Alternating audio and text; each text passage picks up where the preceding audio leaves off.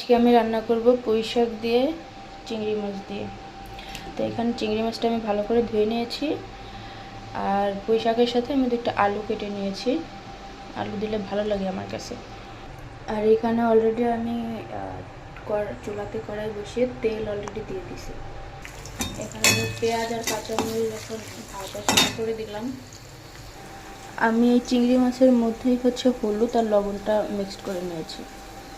পেঁয়াজটা ভাজা হয়ে গেছে, আমি চিংড়ি মাছটা এখন দিয়ে দিলাম। আমার এখানে চিংড়ি মাছটা কষানো হয়ে গেছে, এখন আমি ওই শাকটা দিয়ে দেবো।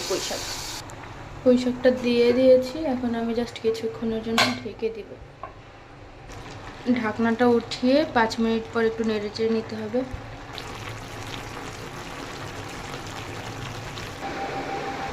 তো ফাইনালি আমার রান্না কমপ্লিট।